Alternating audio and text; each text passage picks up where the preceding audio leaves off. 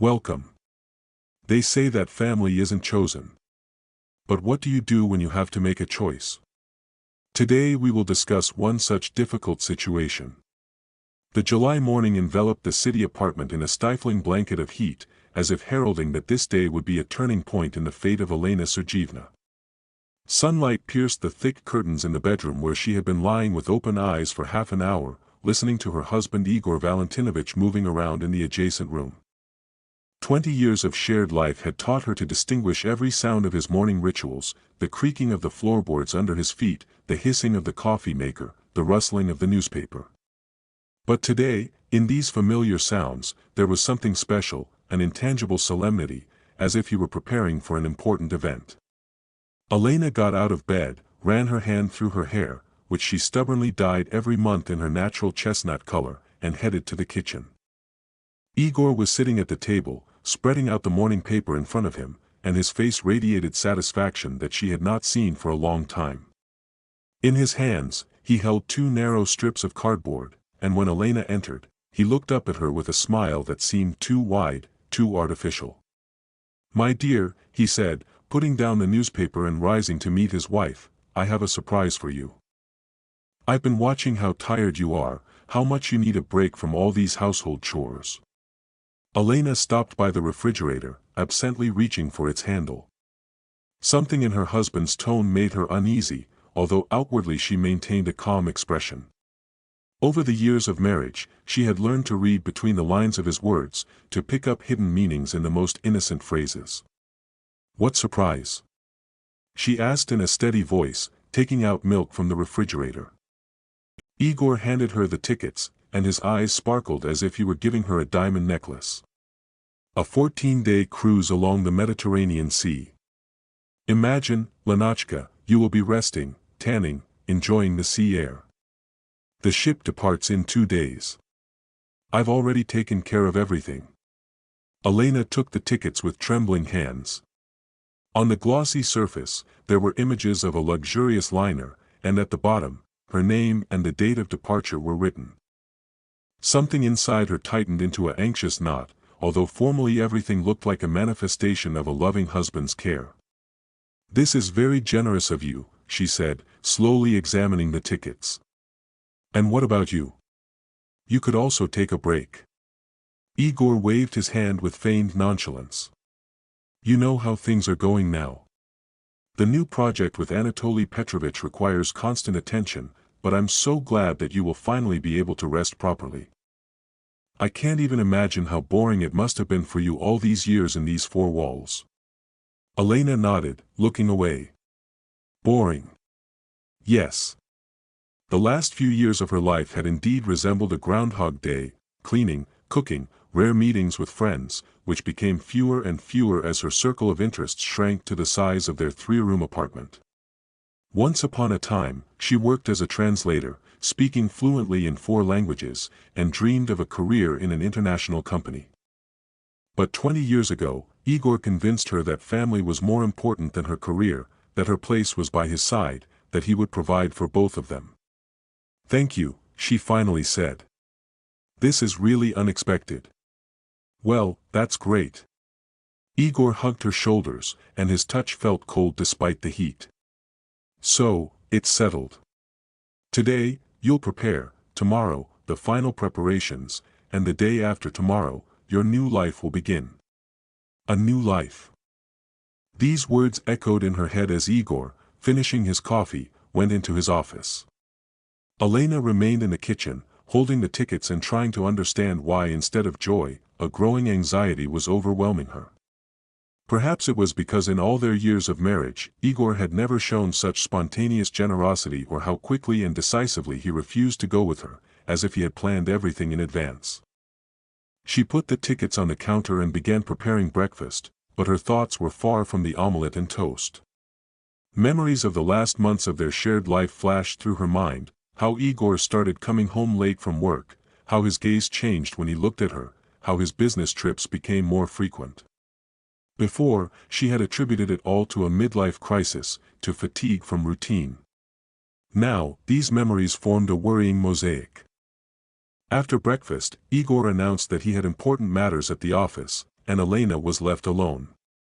She walked around the apartment, which suddenly seemed unfamiliar, the expensive furniture chosen by Igor, the paintings bought by him, even her own belongings, all lost their individuality in this meticulously planned interior.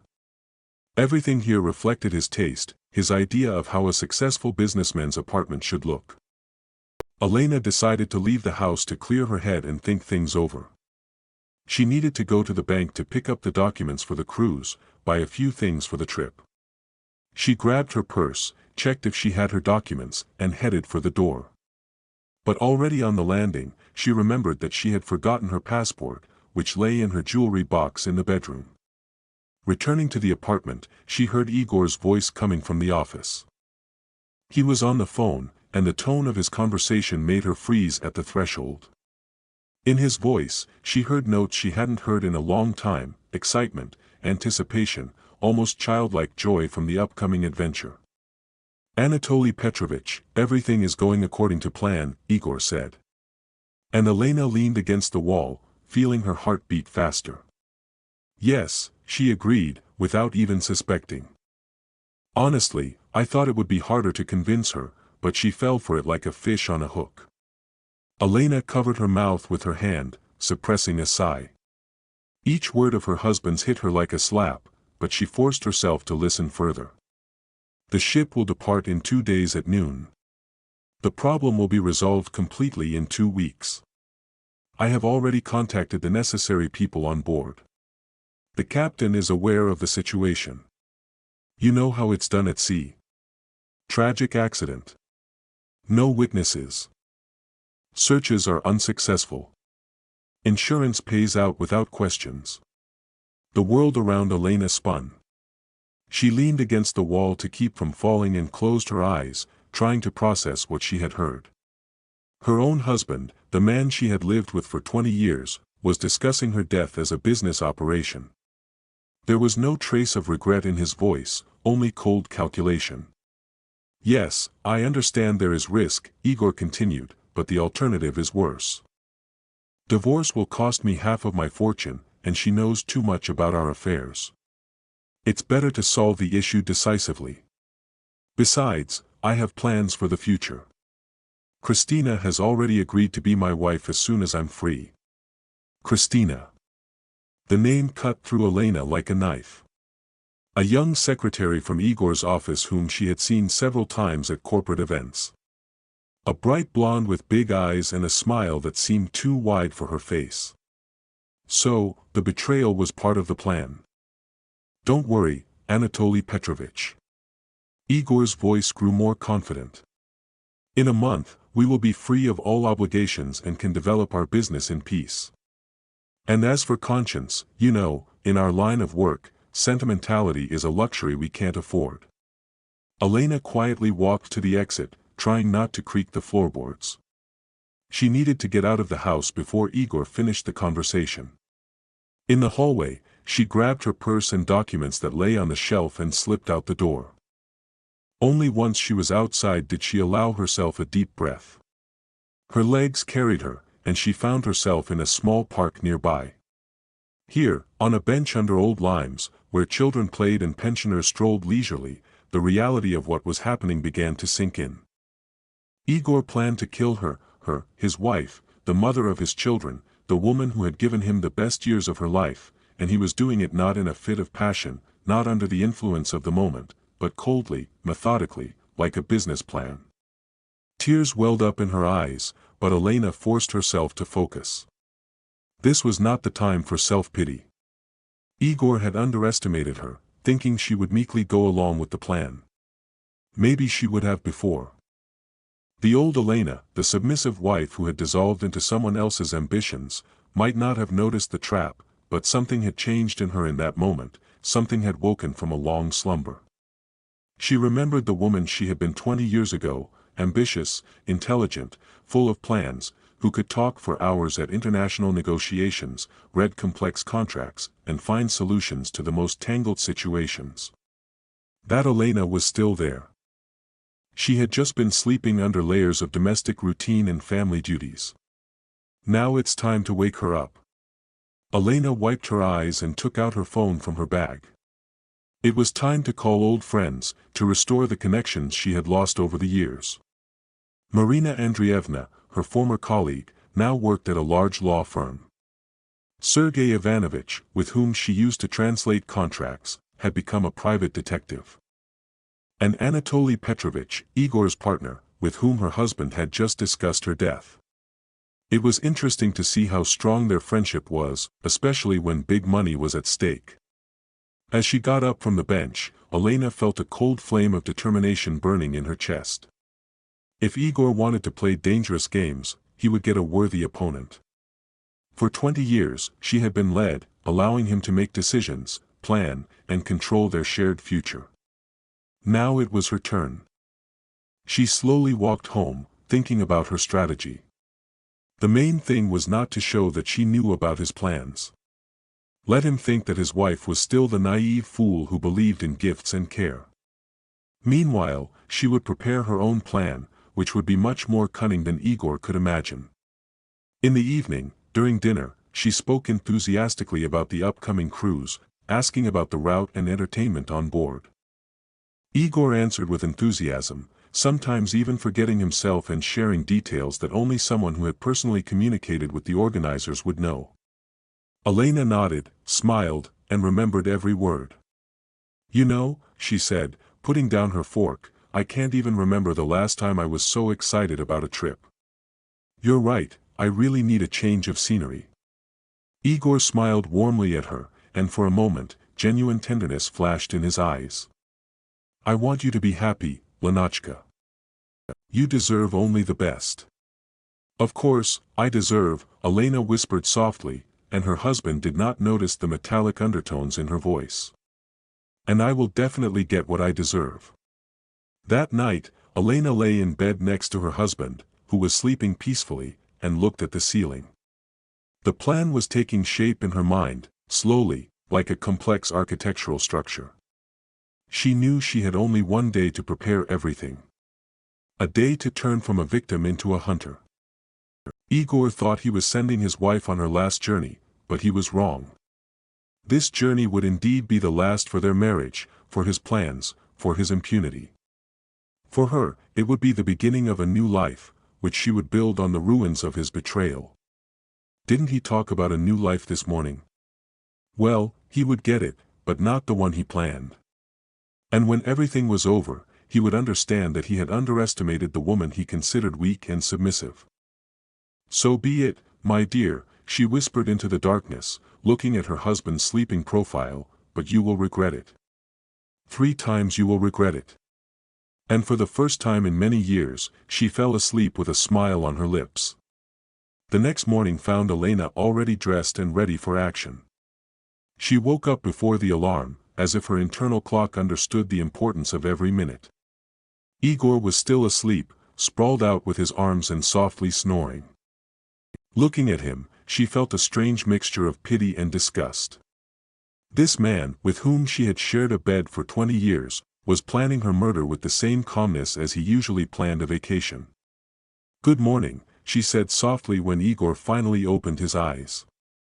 I'm going to prepare for the trip. There's so much to do. Of course, he murmured, stretching. And I have a meeting with Anatoly Petrovich today. We're finishing up the last details of our project. The last details, Elena nodded with a knowing smile, although inside she was burning with anger. How calmly he talks about organizing her death, as if discussing the purchase of a new car. Her first stop was the notary office. The old building with high ceilings and creaking floors created an atmosphere of solemnity and inevitability. Elena sat in the waiting room, holding a folder of documents and considering each word of the upcoming conversation. Elena Sergeevna, the notary, an elderly woman with attentive eyes, invited her into the office. How can I assist you? I need to draft a will, Elena said calmly, and do it as quickly as possible. The notary raised an eyebrow. Forgive me for asking, but is nothing threatening your life? Are you not under pressure? Elena smiled bitterly. On the contrary, I am doing something I consider right for the first time in a long time. I have adult children, and I want them to get everything I own in case something happens. And your husband? Your husband will get exactly what he deserves, Elena replied, and her voice was like steel. That is, nothing. Drafting the will took more than an hour. Elena meticulously listed each asset, each contribution, each value. Much of what Igor considered his was actually registered in her name or bought with her money during the time when she was still working. The country house was inherited from her parents. The shares of a large company she bought with her savings. The bank deposit she opened before marriage. Quite a substantial fortune, the notary noted, looking through the list. Is your husband aware? He will find out in his own time, Elena said, signing the documents. And for now, this will remain between us. After leaving the notary's office, she headed to the next point on her plan. Marina Andreevna worked in one of the most prestigious law firms in the city, and Elena hoped that their old friendship would help her get the necessary consultation. They met in a small cafe near Marina's office. Her former colleague had hardly changed over the years they hadn't seen each other. She looked more confident. A strict business suit, short haircut, and the attentive gaze of an experienced lawyer. Lena, it's been so long since we last saw each other. Marina hugged her but quickly pulled away, studying her friend's face. You seem tense. Something happened? She ordered coffee and thought for a few seconds about how to explain the situation without going into details. Marina, as a lawyer, if someone plans a crime against their spouse, but the spouse finds out in advance and takes measures for self-defense, can this be considered self-defense? Marina frowned. It's a very complex question. It depends on the specific circumstances. What kind of crime are we talking about? Hypothetically, he carefully maintained a calm tone about murder disguised as accidents. Lena, Marina grabbed her hand. What are you talking about? This involves your husband. He nodded. I have reason to believe he plans to get rid of me, and I want to know my rights. Marina paled. You must immediately go to the police. With what? With the overheard conversation. Igor will say it's a prank or I misunderstood. And by the time real evidence appears, I'll be dead. Then refuse the trip. Don't go on this cruise. He shook her head. Marina, you don't understand. If I refuse, he'll find another way. It's better if I control the situation. I need your help. The next hour they spent discussing legal nuances. Marina explained which documents to prepare to protect property, how to draft powers of attorney, and what documents might be needed. Most importantly, she gave the contact of a private detective who specialized in family matters. Oleg Mihailovich worked as a prosecutor, now he's in private practice, Marina said, writing down the phone number. He can gather evidence against your husband. But, Lena, promise me you won't do anything risky. He hugged her friend. I promise to be careful. Thank you. After meeting with Marina, she went to the shopping center. If she was to play the role of a carefree tourist, she needed an appropriate wardrobe. In the changing room, looking at herself in the mirror in a bright summer dress, he was surprised to find that over the years of marriage she had almost forgotten what domestic clothing looked like, modest colors, cuts that hide the figure, not emphasize its assets. When was the last time she bought something beautiful for herself, not because an old item was worn out? This color suits you very well, the saleswoman said, helping to fasten the zipper. You have a wonderful figure, why hide it? He turned in front of the mirror. The woman looking back at her from the reflection looked younger than her 45 years. There was a spark in her eyes that had not been there for a long time. You're right, she said.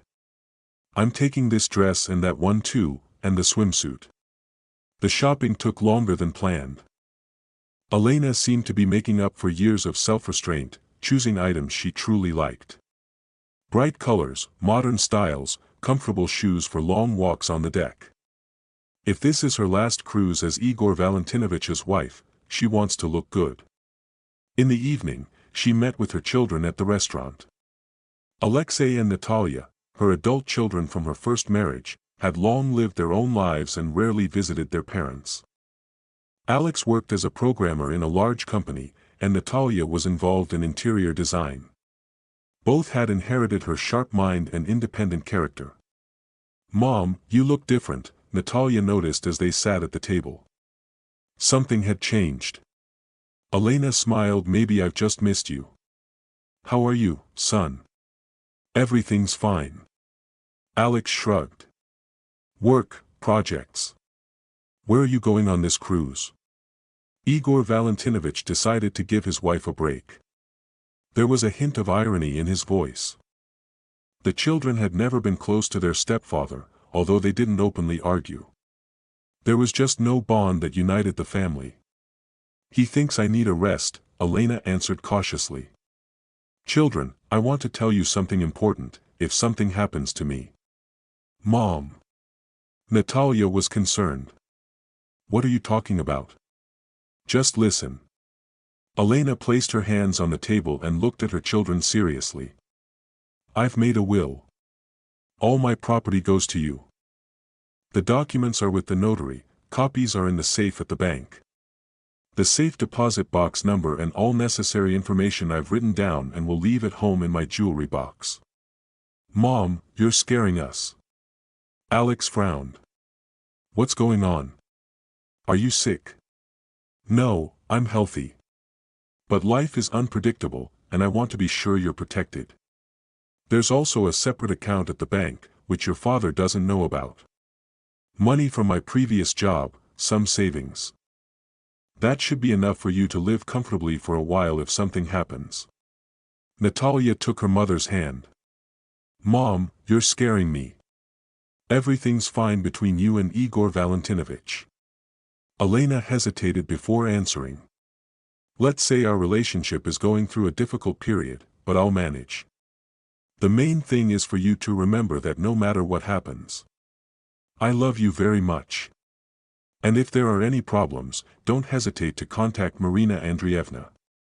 You remember her, your former colleague?" "Of course, we remember. She'll help you with any legal issues. Now, tell me about yourselves. Alex, how's your new project? Natalia, have you finished the work on that banker's apartment?" The rest of the evening they spent in their usual family conversation, but the children occasionally cast worried glances at their mother. Elena tried to act naturally, but she felt that something in her behavior betrayed her inner tension. As they parted, Natalia hugged her tightly. "Promise me, Mom, that you'll be careful on this cruise. And if anything goes wrong, call immediately. We'll come to you, wherever you are." "I promise." Elena kissed her daughter on the cheek. "Take care of yourself. And of your brother too." The next morning, on the day of departure, Elena woke up early and began her final preparations. Igor was more agitated than usual, checking documents, making phone calls, and giving final instructions. She overheard snippets of his conversations. "Yes, everything is ready. No, she doesn't suspect anything. Anatoly Petrovich, we'll meet later." At 5:30 in the morning, the doorbell rang. Elena opened the door and saw a courier with a small box. "Elena Sergeevna, your package." Igor looked out from the kitchen. "What is it?" "I don't know. Probably something I ordered for the cruise and forgot." Inside was a new phone of the latest model with a note for communication during the trip. Luck. Marina had ensured that Elena had reliable communication and the ability to record conversations. "What a thoughtful friend," Igor muttered, but his voice held a hint of irritation. "Why do you need a new phone? The old one might not work in roaming." "Better to be safe," Elena replied, checking the device. By 11, the suitcases were packed and loaded into the car. Igor was unusually quiet during the drive to the port, occasionally glancing at his wife. Elena sat beside him, looking out the window at the passing city. Somewhere there was her old life, her illusions, her naive belief that love could overcome everything. "Lena," Igor said as they approached the port. Whatever happens, I just want you to be happy. She turned to him and looked into his eyes. For a moment, she almost believed that what she saw there was genuine feeling. Thank you, she said softly. I wish you all the happiness you deserve. Igor smiled, not understanding the hidden meaning of her words. We'll see each other in 2 weeks, my dear. Yes, Elena nodded, stepping out of the car. See you. But when exactly and under what circumstances this meeting would take place, only she knew. As the porters took her luggage, her new coat pocket vibrated with a text message from an unknown number. Everything is ready. We're waiting for your signal. Elena smiled and waved at Igor, who stood by the car and watched her go. He thought he was sending his wife on her last journey, but he was wrong. He was sending himself to meet justice. The cruise liner was a sight to behold, even for those who had seen many. 10 decks of gleaming luxury rose above the water like a floating palace, where every detail had been thought out to perfection. Elena boarded the ship with a sense that she was stepping into a new life, and this feeling proved to be prophetic. While her luggage was being registered and sent to her cabin, she stood by the railing and looked down at the pier, where Igor's figure was still visible next to the car. Isn't this ship beautiful? An elderly man in an expensive suit, with a gray beard and attentive eyes behind gold-rimmed glasses, stopped beside her. I'm Oleg Mihailovich, by the way. And you, if I'm not mistaken, are Elena Sergeevna. Elena turned to him, and her heart skipped a beat. That private detective whose contact Marina had given her. So he's really here. So her plan is starting to come to life. Yes, that's me, she replied cautiously. How do you know me? Marina Andreevna showed a photo. We're, so to speak, colleagues in the same line of work. She asked me to keep an eye on you during the voyage. I apologize for being direct, but she's very worried. Elena looked around. Other passengers were bustling about, but no one was paying attention to them. Everyone was busy with their own impressions of boarding the magnificent liner. Did you accidentally end up on this ship? She asked softly. Oleg Mihailovich smiled. In our line of work, there are no coincidences. I've already started preliminary work. Your husband did meet with the captain 3 days ago. He also had conversations with several crew members, but fortunately, not all of them can be bought for money. So you believed Marina? I believed the documents she showed me. Plus, my former colleague from the investigative committee has been keeping an eye on your husband's activities for a long time, so your request came at a very opportune moment. Elena felt a weight lift off her shoulders. She wasn't alone. Next to her was a professional who would help her not just survive, but achieve justice. What should I do? She asked naturally. Enjoy the cruise, get to know people, participate in the entertainment.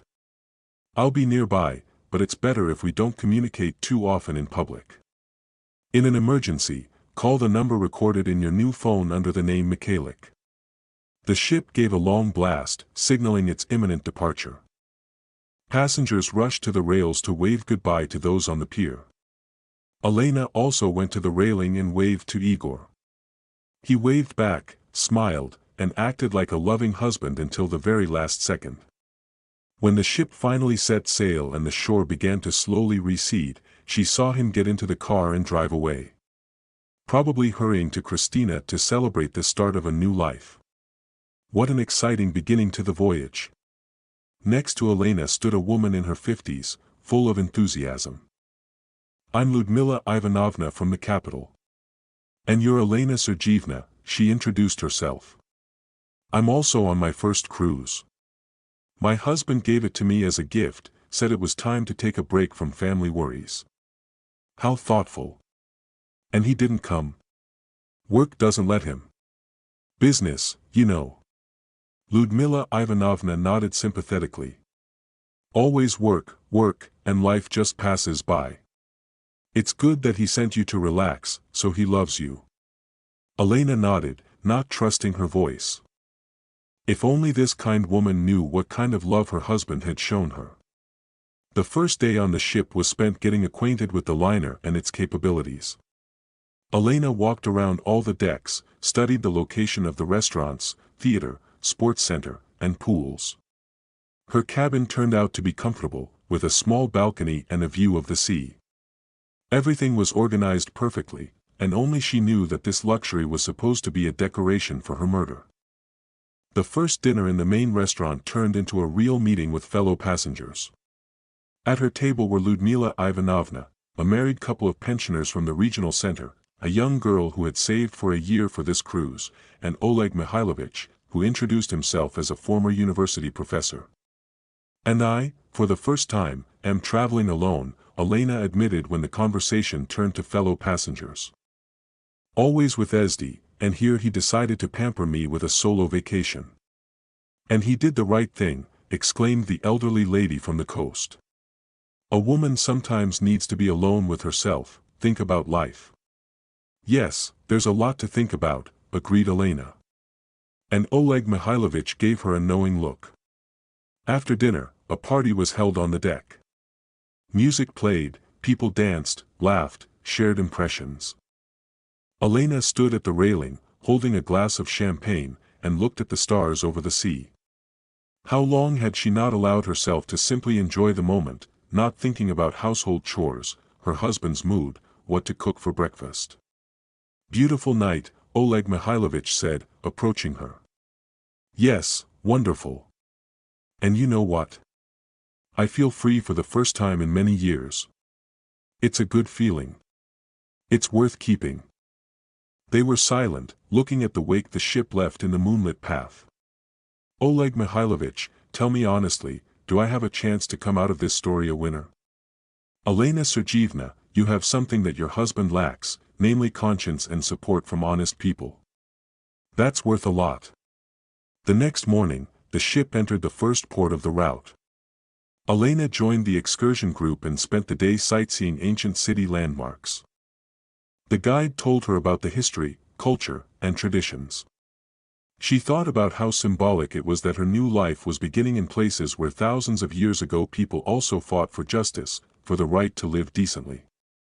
In the evening, returning to the ship, she found a message in her cabin that she had been called from the shore. Time for the first act of her play. Elena dialed the home number, and Igor picked up.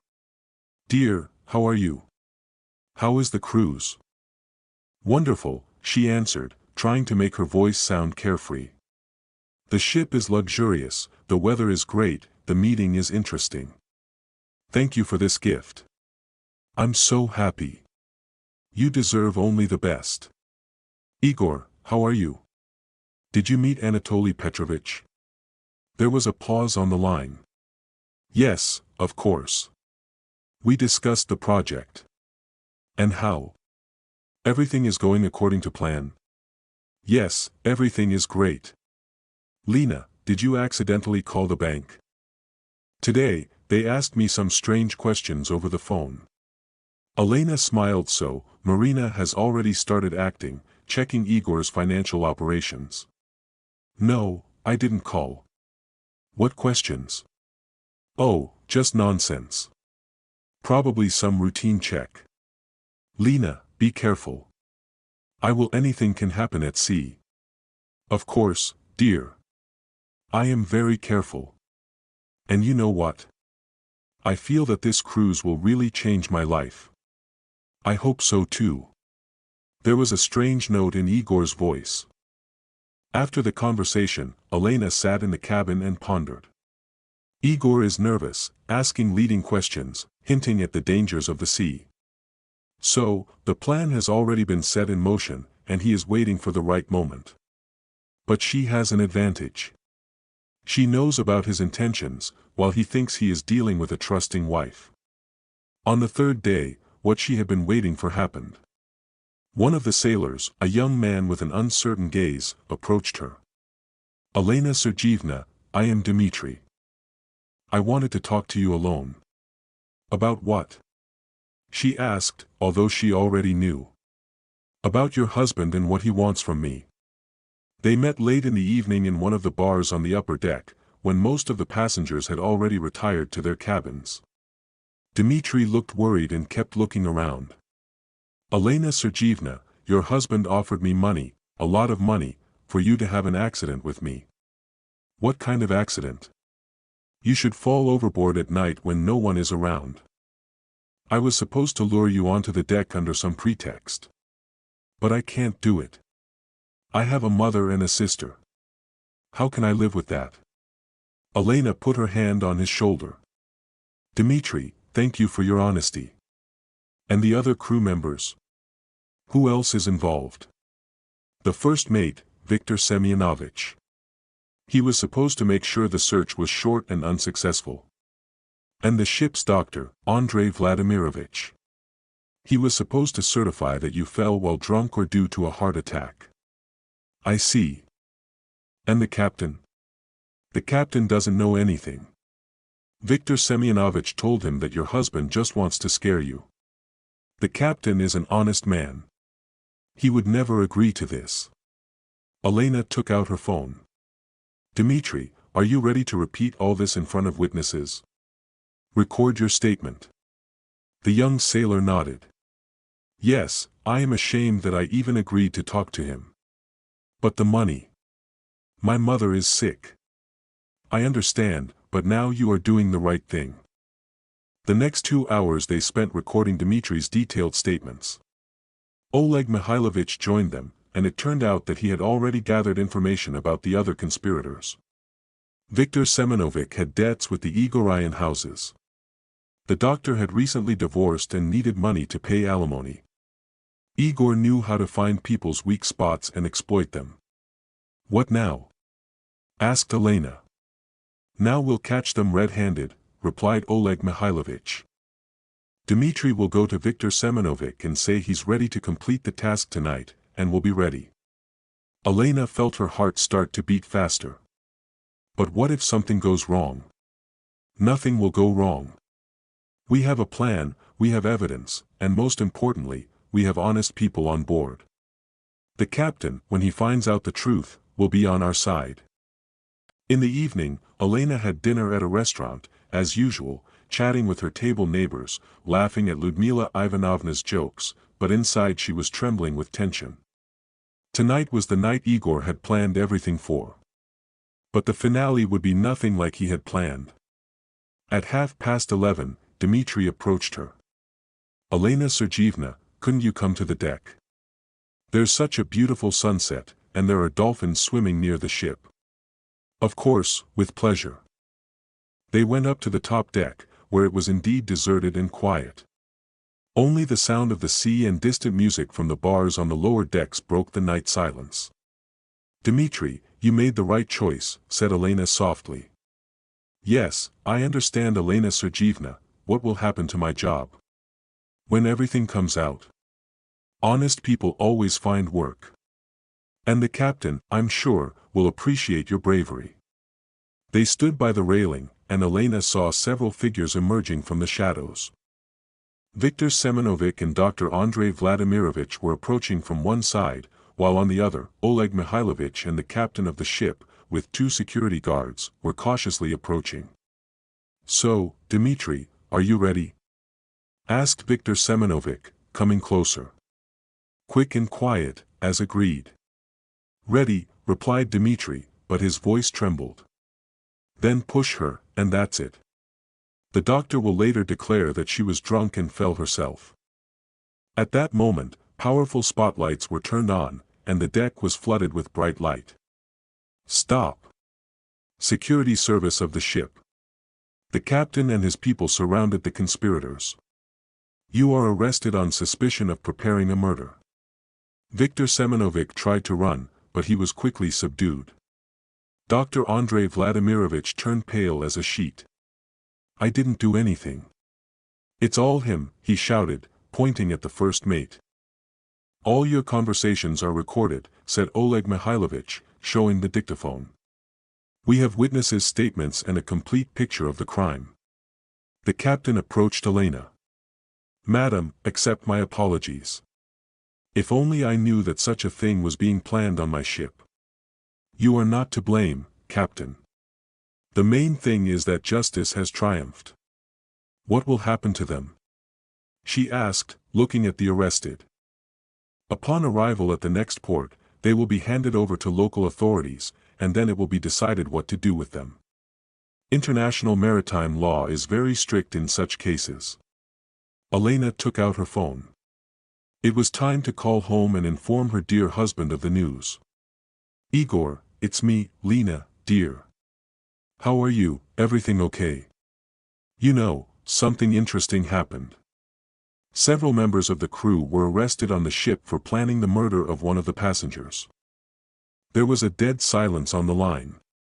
Igor, can you hear me? Yes, I can. Who did they want to kill? Me, dear. They wanted to kill me. Silence again, then heavy breathing. Lena, I don't understand what you're talking about. This is impossible. We live in a law-abiding country. Do you understand, Igor? You understand as well as the investigators who are now looking into your financial operations. By the way, say hello to Christine. She'll have to answer some unpleasant questions soon, thought Elena, but she assured her husband that the captain would sort everything out. Then she said goodbye, but Igor suddenly started to panic. Lena, wait, we need to talk. No, dear, no time. You'll wait now. Wait for my return. We'll have a very interesting conversation. She hung up the phone and looked out at the sea. Somewhere out there, over the horizon, Igor was beginning to realize that his perfect plan had failed, and she, contrary to his intentions, was alive, healthy, and ready for the final confrontation.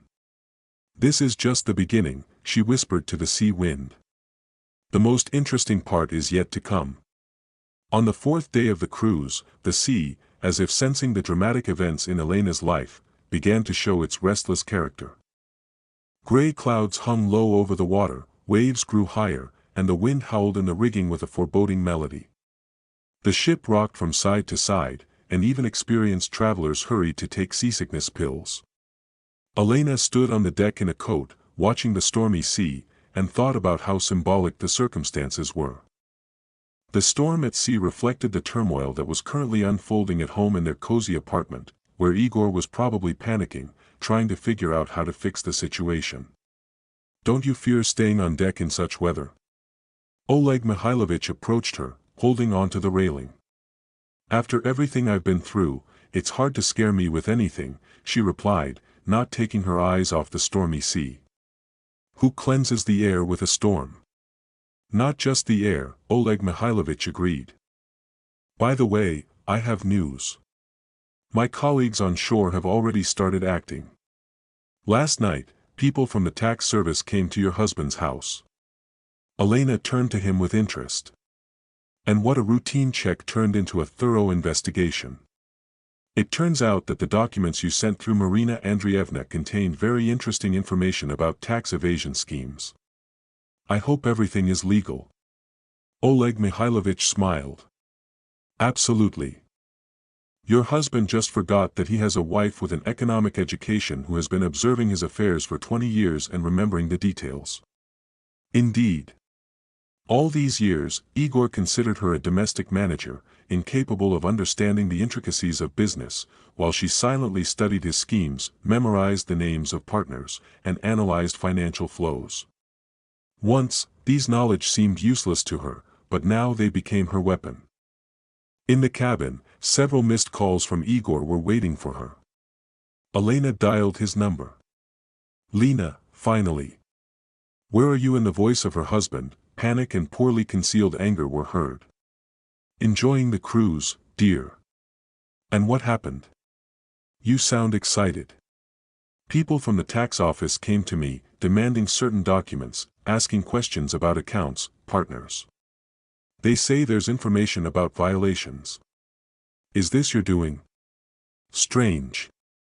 Elena sat on the edge of the bed, enjoying the confusion in her husband's voice. And what did you tell them? What did you say? That everything is done according to the law, that there are no violations, but they insist on an audit. Lena, I think someone is setting us up. Is it you? Who could it be? In her voice, there was not a trace of irony, only genuine bewilderment. You don't have enemies, and I'm not involved. I don't know. Maybe competitors or someone from the partners decided to play it safe. Anatoly Petrovich has been acting strangely lately. Elena smiled. So, Anatoly Petrovich has already started to distance himself from the sinking ship. She was right in assuming that his loyalty to Igor had clear financial boundaries. And what does Christina say? She is your secretary, she should have noticed something suspicious. There was a pause in the phone. Christina, she's not working now. She took a vacation. How unexpected, just when you need support. Lena, stop it. Igor couldn't hold back. I know you understand everything. This arrest on the ship, the tax audit, everything is too convenient. Either someone is digging into me through you, or you yourself, dear. You speak in riddles. What connection is there between the attempt to kill a cruise liner passenger and the check of your declarations? I am the victim. You don't understand.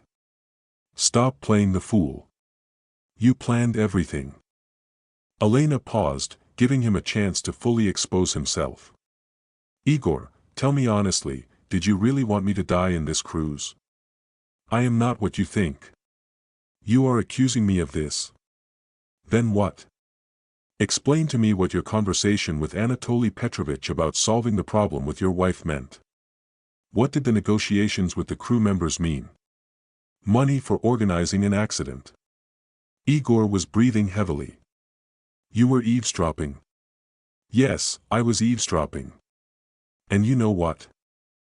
This saved my life. And most importantly, it opened my eyes to who you really are. Lena, listen to me. No, now you will listen. For 20 years, I was your faithful wife. I gave up my career for your success. I endured your caprices, your rudeness, your infidelities. And how did you decide to thank me? By trying to kill me. This is not murder. This would have been an accident. Elena laughed. Do you hear yourself? You still think this was a good idea? I had no choice. The divorce would have cost me half my fortune. It would have been better to take my life than to part with my money. You don't understand. I have plans, responsibilities. Christina is expecting a baby. Elena felt the world around her freeze. Christina is pregnant.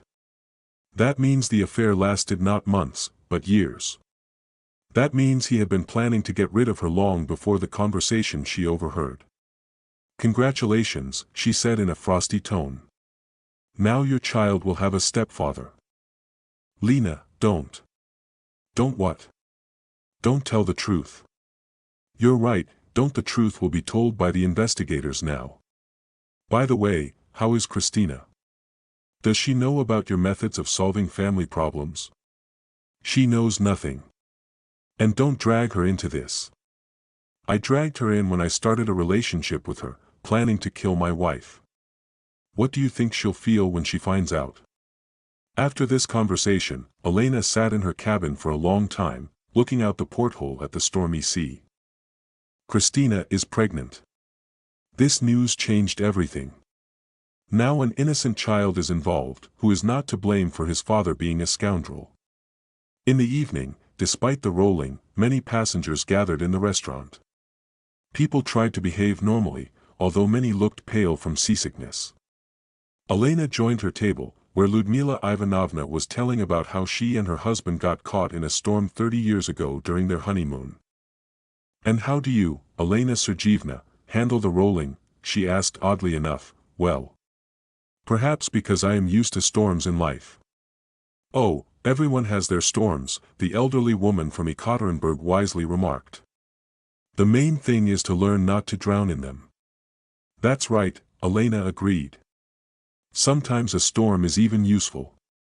It washes away everything unnecessary, superfluous, false. After dinner, she went up to the deck. The wind had weakened, but the sea was still restless. Oleg Mihailovich was waiting for her at the railing. Any news? she asked. Yes, and not very pleasant for your husband. The bank has frozen several of his accounts due to suspicion of money laundering.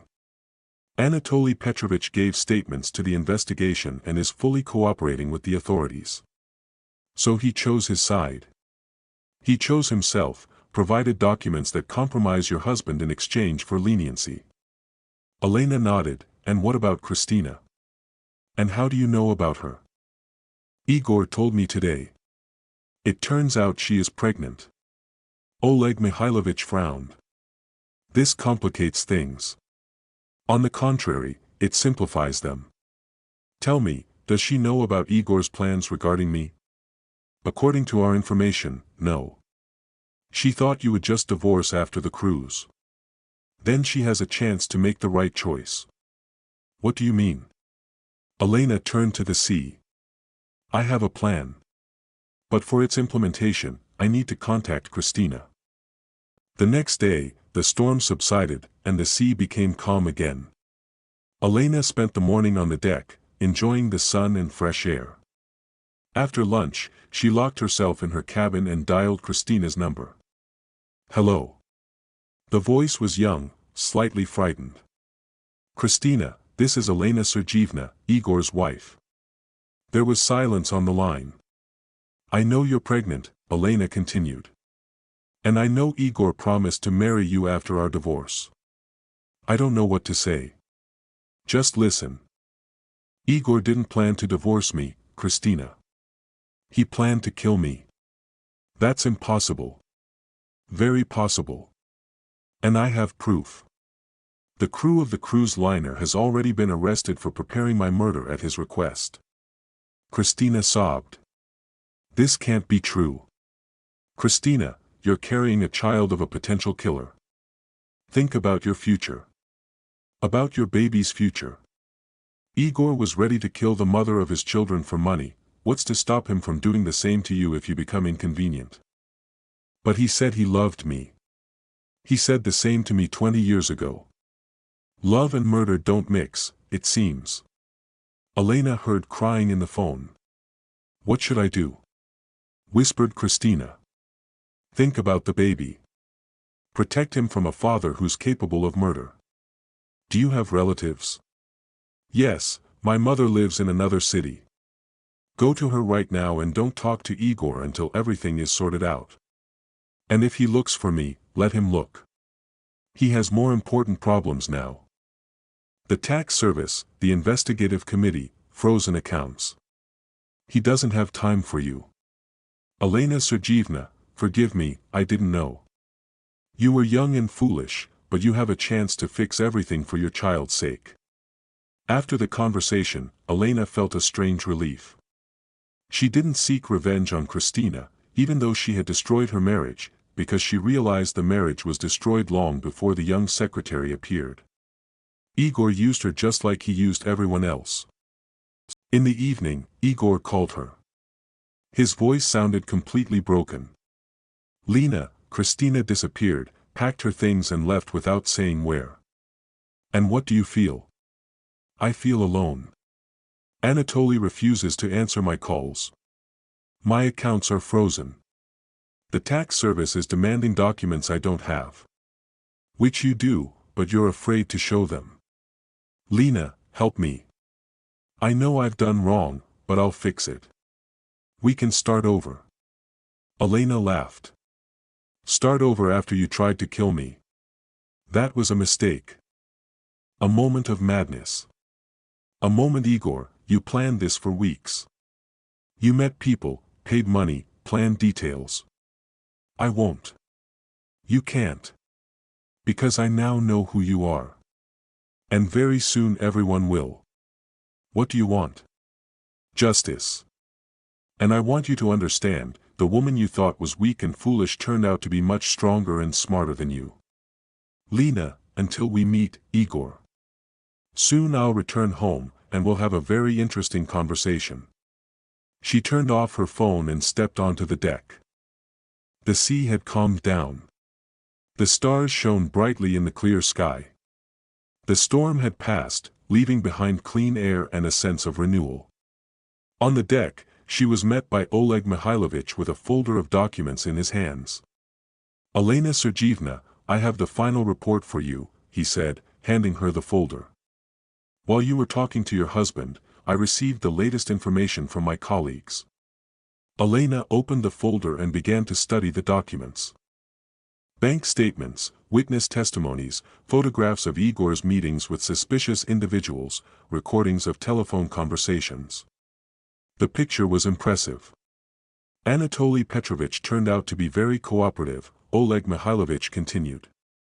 "He not only told about the attempt on your life but also about all the financial schemes he was involved in with your husband. Tax evasion, fake deals, cashing out money through dummy companies. And the company? The employees are not guilty of what their boss is. Honest employees will not suffer. But those who knew about the schemes." Oleg Mihailovich shook his head. "They will have to answer for their actions." Elena flipped through the documents, and with each page, her amazement grew. It turned out that Igor had not only deceived her but also the tax authorities, partners, and even his own employees. He had built an entire empire of lies, with himself at the center, like a spider in a web. "You know what surprises me the most?" she said, closing the folder. "Not that he wanted to kill me. I can explain that with greed and cowardice. But how he methodically deceived everyone for years, decades, how he looked into my eyes and talked about love, knowing he was planning my murder." "Unfortunately, such people exist," Oleg Mihailovich replied. "For them, others are not people, but tools for achieving their goals. When the tool becomes inconvenient, it is discarded. But I turned out to be not as convenient as he thought. You turned out to be much stronger and smarter than he assumed." They fell silent, looking at the starry sky. Somewhere far beyond the horizon, the world where Igor was panicking, losing everything he considered his by right. "Elena Sergeyevna, what will you do after returning?" Oleg Mihailovich asked. "Live," she replied simply. "A real life, not a shadow of someone else's ambitions. Maybe I'll return to work as a translator. My languages are still there, only experience has increased." "And your husband, do you plan to meet with him?" Elena smiled. "The meeting is inevitable. A divorce needs to be formalized, and property divided. But now it will happen according to my rules, not his." "Are you sure he won't try anything?" "A cornered person can be dangerous." "Igor is not dangerous. He is cowardly." As soon as he realized the plan had failed, he immediately started looking for someone to blame and asking for mercy. Such people are only scary when they are sure of their impunity. The next day, the ship indeed turned back. Passengers were in a cheerful mood after the storm they had experienced. Many said that it had given the cruise a special edge and would be memorable for life. Elena smiled, listening to these conversations. If only they knew the real storm that had hit her life and how it had changed everything. Ludmila Ivanovna from Tver sat down next to her for breakfast. "Elena Sergeyevna, you've changed over these days," she noticed. "You seem more confident, somehow." "Perhaps the sea air is doing its work," Elena replied. "Or maybe I've just realized something important about myself." "What exactly?" "That I'm stronger than I thought, and that I don't have to accept what doesn't suit me just because it's the norm." Wise words. I too endured an unsuitable life for a long time before I decided to change it. And how? I don't regret a single moment. It was scary at first, but then I realized that the scariest thing is not change, but the lack of it. In the evening, Elena called her children. Alexei answered immediately, "Mom, how are you?" "We're worried." "Everything's fine, son. Even better than I expected." "How are things at home?" "Strangely, you ask. And what's happening at home?" "Igor Valentinovich called several times, looking for you. He seemed nervous." "Yes, he's going through a tough time. Business problems." "Mom, is everything okay between you two?" After that conversation at the restaurant, I can't shake the feeling that something is happening. Elena paused. The children had the right to know the truth, but not over the phone, not from thousands of kilometers away. Alexei, when I get back, we'll talk about everything. For now, just know that your mom has learned to protect herself. Mom, you're scaring us. On the contrary, I'm reassuring you. I'll be back very soon, and we'll have a long talk. Call your sister, tell her everything's fine with Mom. Okay. Just be careful. I will. After the conversation with her son, Elena reviewed the documents that Oleg Mihailovich had given her.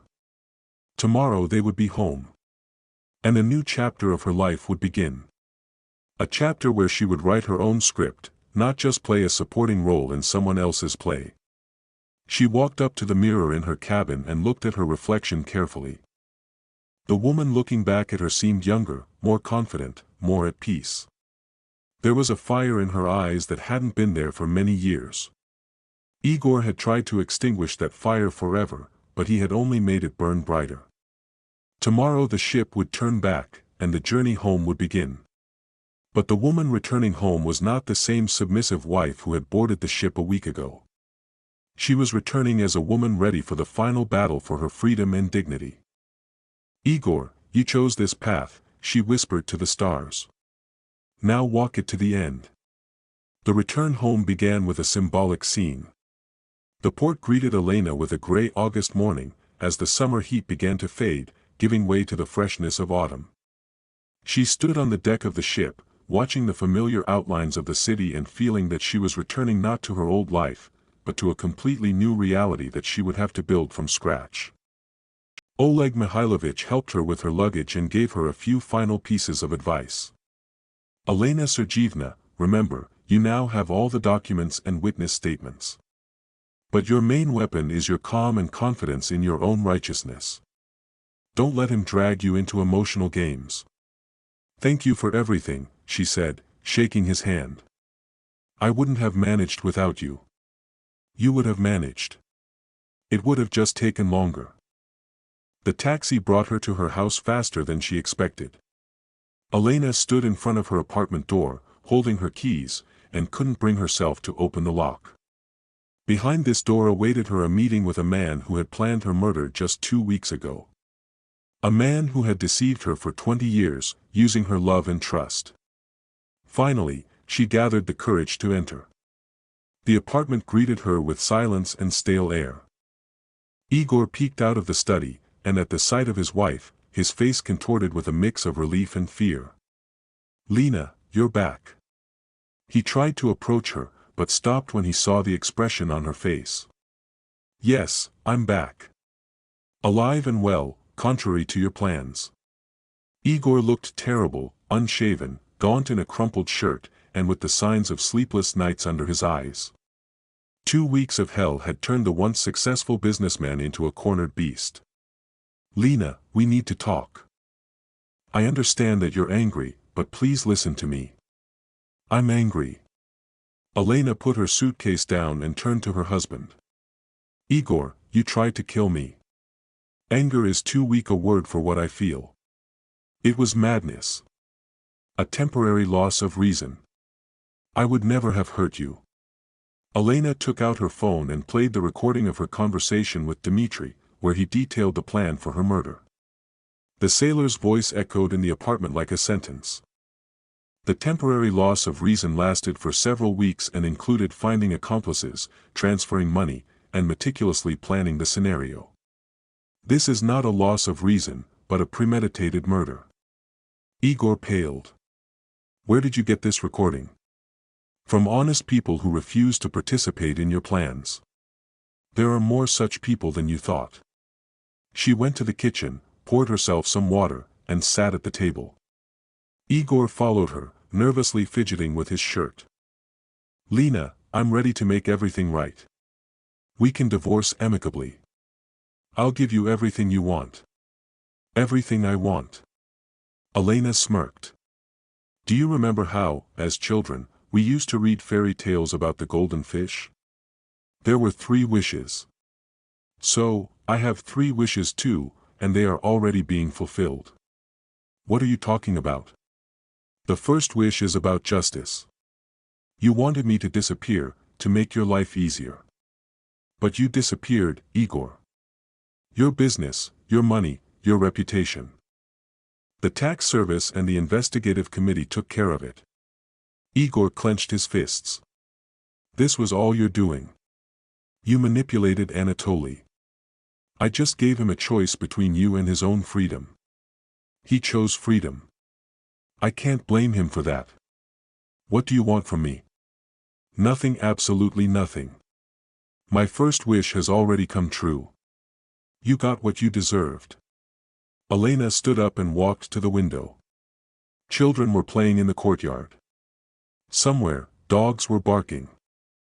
Life went on, ignoring personal dramas. And the second wish? Igor asked softly. The second wish concerns Christina and your child. What do you know about the child? Enough. I know it's a boy. I know she was scared and went to her mother. And I know she doesn't want anything to do with you anymore. Did you talk to her? Yes, I explained who the father of her future child is. Christina turned out to be smarter than I thought. She made the right choice. Igor fell into a chair, covering his face with his hands. You took everything from me, my business, my money, the woman I love. I didn't take anything from you, Igor. You lost everything when you decided that killing your own wife was an acceptable way to solve problems. Elena returned to the table and sat across from her husband. For the first time in many years, she felt equal to him, even stronger. But I'm not a monster, Igor. Christina will get material support for the child from me. From you? Igor looked up. Why? Because the child is not to blame for his father being a scoundrel. And because I don't want him to grow up in poverty because of your crimes. You'll be helping the woman who destroyed our marriage. Elena laughed. Igor, our marriage was destroyed by you when you decided to kill me. Christina had nothing to do with it. She was just a tool in your hands, just like I was all these years. Igor was silent, digesting what he had heard. And the third wish? He finally asked. The third wish is the most important. It concerns me. Elena stood up and paced the kitchen. She spent the best years of her life here, thinking she was building a family. But in reality, she was just a convenient appendage to someone else's ambitions. Tomorrow morning, I start working for an international trading company, as a translator, just like 20 years ago. The salary is good, the prospects are excellent, and there will be trips around the world.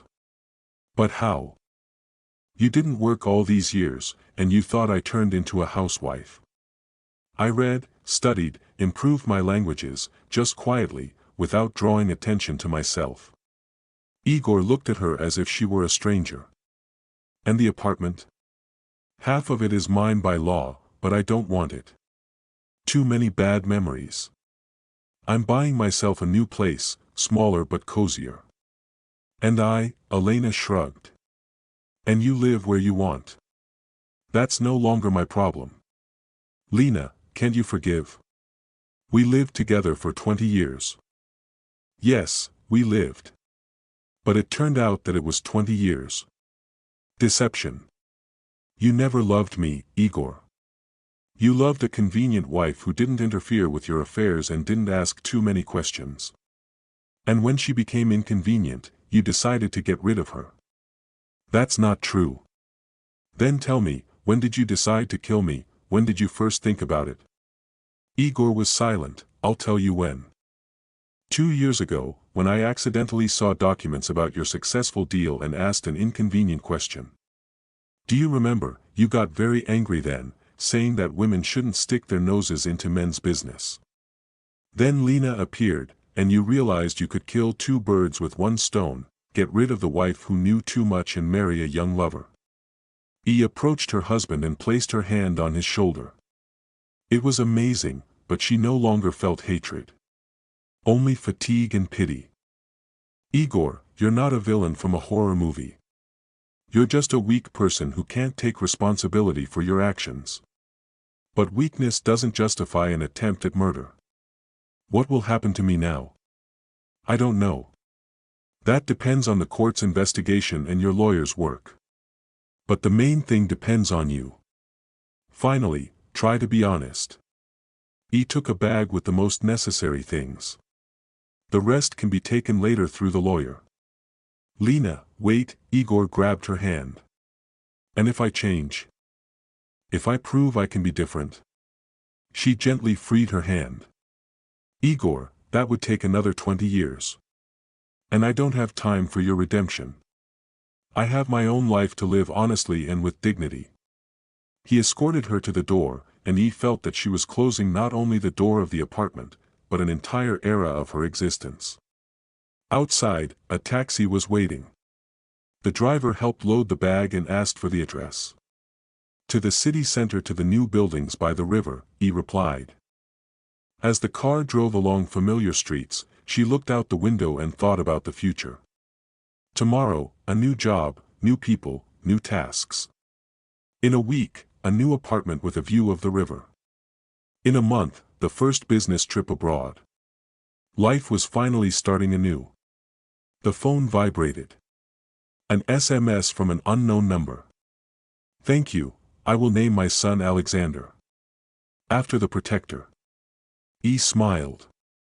Christina was thanking her for saving her. The second wish was also fulfilled. The woman who could have been Igor's next victim was safe. The car stopped at a tall house by the river.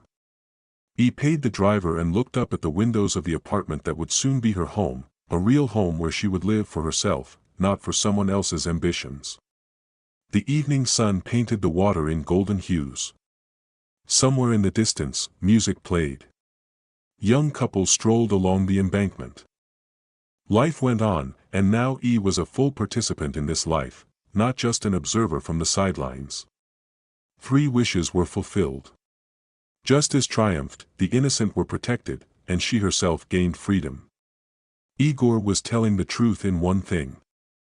This cruise really changed her life. Just not in the way he planned. The cruise ended, but the journey into a new life was just beginning. Share your impressions in the comments. Your opinion is invaluable to us. Support with a like and subscribe to not miss new stories. Have a good day. See you soon.